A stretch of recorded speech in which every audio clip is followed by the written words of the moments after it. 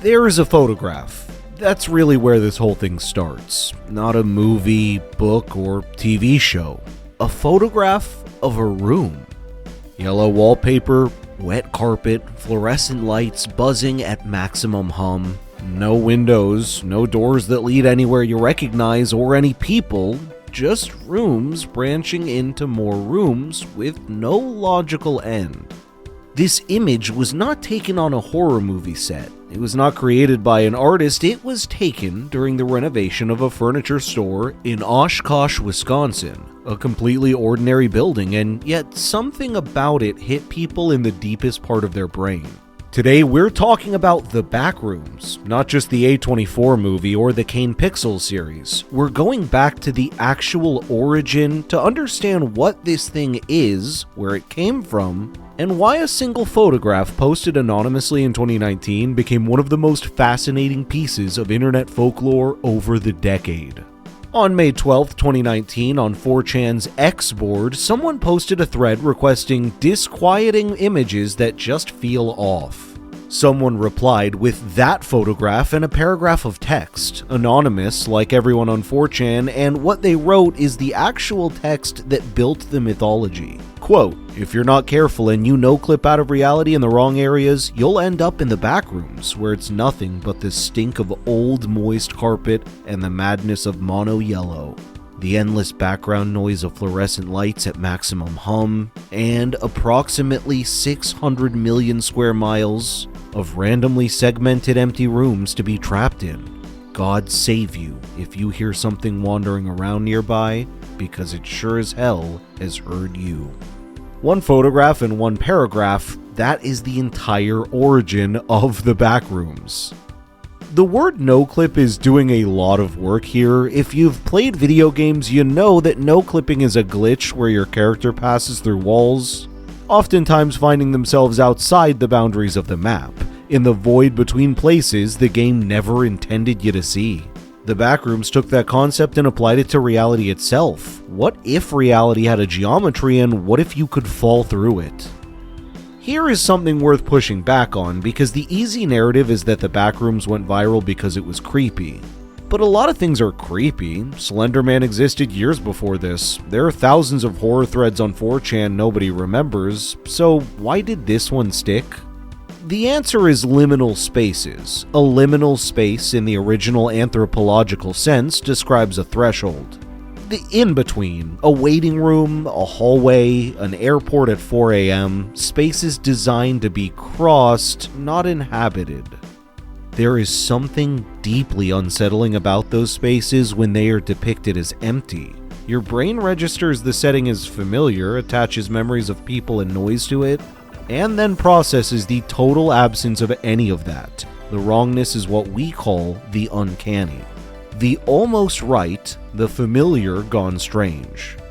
The internet was primed for this. Liminal space aesthetics had been quietly building on Tumblr and Reddit for years. Empty pools, abandoned arcades, deserted fast food restaurants at night. The Backrooms did not create that movement, but I believe that it crystallized it. It gave a real name to the mythology. After that original post, the Backrooms did what all good internet folklore does. It spread and mutated. Reddit communities became hubs for collective lore building. Users introduced levels, distinct zones of the Backrooms with their own atmospheres and rules. Level 0 was the original Yellow Room. Level 1 was a concrete warehouse. There were hundreds of levels eventually, each with wiki entries, survival guides, and creature logs written as real documents. Then entities entered the picture. The Backrooms in expanded fan lore was not just empty anymore. I think this is where the mythology started losing something. The original Backrooms was frightening specifically because of its emptiness. The horror lived in the absence, not the presence. The moment you start cataloging monsters with names and lore entities, you give the audience something to understand, and understanding kills dread. But the collaborative nature of it was remarkable. No single author, no central authority, just thousands of people building a shared mythology in real time. The same way ancient peoples built oral traditions, except the medium was Reddit threads and Google Docs. By early 2022, the Backrooms was established internet folklore. It had its community and a thriving lore, but it had not broken through to the mainstream. That changed on January 7th, 2022, when a 16-year-old named Kane Parsons uploaded a 9-minute video to YouTube under the name Kane Pixels. Let me be precise about what made this remarkable. Kane Parsons was 16 years old. He built the entire thing in Blender, free 3D animation software, then layered it with After Effects to simulate VHS footage. The result looked like a recovered tape from 1996. The VHS grain, the way the camera moved with the weight of a real camcorder, the flat fluorescent lighting. Technical craft at a level most adult filmmakers would struggle with, built by a teenager in his bedroom. The video followed a young filmmaker who no-clips into the backrooms. He wanders, realizes slowly he's not alone. The entities in Kane's version were wire-like and mechanical, wrong in a way that was harder to process than something conventionally monstrous. In its first week, the video got 16,000 views. Unremarkable. Then another user posted it in r/backrooms, and it exploded. Within a month, it had 15 million views. By 2026, it has crossed 79 million. What Kane built was not just a viral video. This was a complete creative vision. His back rooms centered on a fictional research organization called the Async Foundation, which had discovered how to open portals into the back rooms to solve an overpopulation crisis.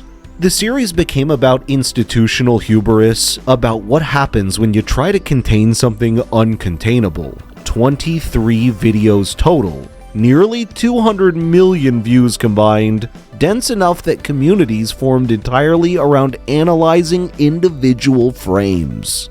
Most internet creators who build mythology leave gaps. Kane Pixels built something airtight, something where the details rewarded obsession. Ways to get programs and stuff, and like I think if you can identify what your specialty is, or like what you're most apt to be able to do well, I suppose.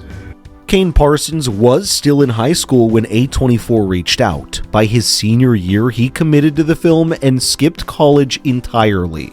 He was 20 years old when Backrooms opened in theaters May 29, 2026. The youngest director in A24's history.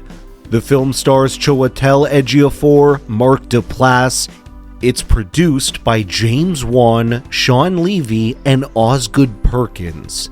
That is an insane sentence to write about a project that started with a teenager and free software. The movie earned that moment. IndieWire compared it to Blair Witch crossing into the shimmer from Annihilation. Variety called Kane a wizard of mood with early David Lynch energy. It opened to 81 million domestically and 118 million worldwide. For a horror film with this much artistic ambition, that is not just a success, that is a statement. Parsons treated the film as a companion piece to his lore, connected but not beholden to it. He even brought Blender back for the VHS sequences, the same free tool he used at 16, now rendered on cinema screens. So what are the Backrooms? Well, one answer, a photograph of a furniture store in Wisconsin. Another, a paragraph written by an anonymous person on a paranormal image board. And yet another, thousands of people building mythology in real time, or a 16-year-old with free software and a specific understanding of what dread feels like. The answer that ties all of those together is this: the Backrooms work because they name something you already know. You've been in those rooms, not literally, but cognitively. That flat yellow light, the carpet that absorbs sound, the hallway that keeps going longer than it should. You felt the wrongness of a familiar space made empty. You just did not have a word for it until the internet gave you one. The genius of the Backrooms is not the monsters or the lore, it's the photograph. The image of an ordinary building that looked like the inside of a bad dream you could never describe to anyone.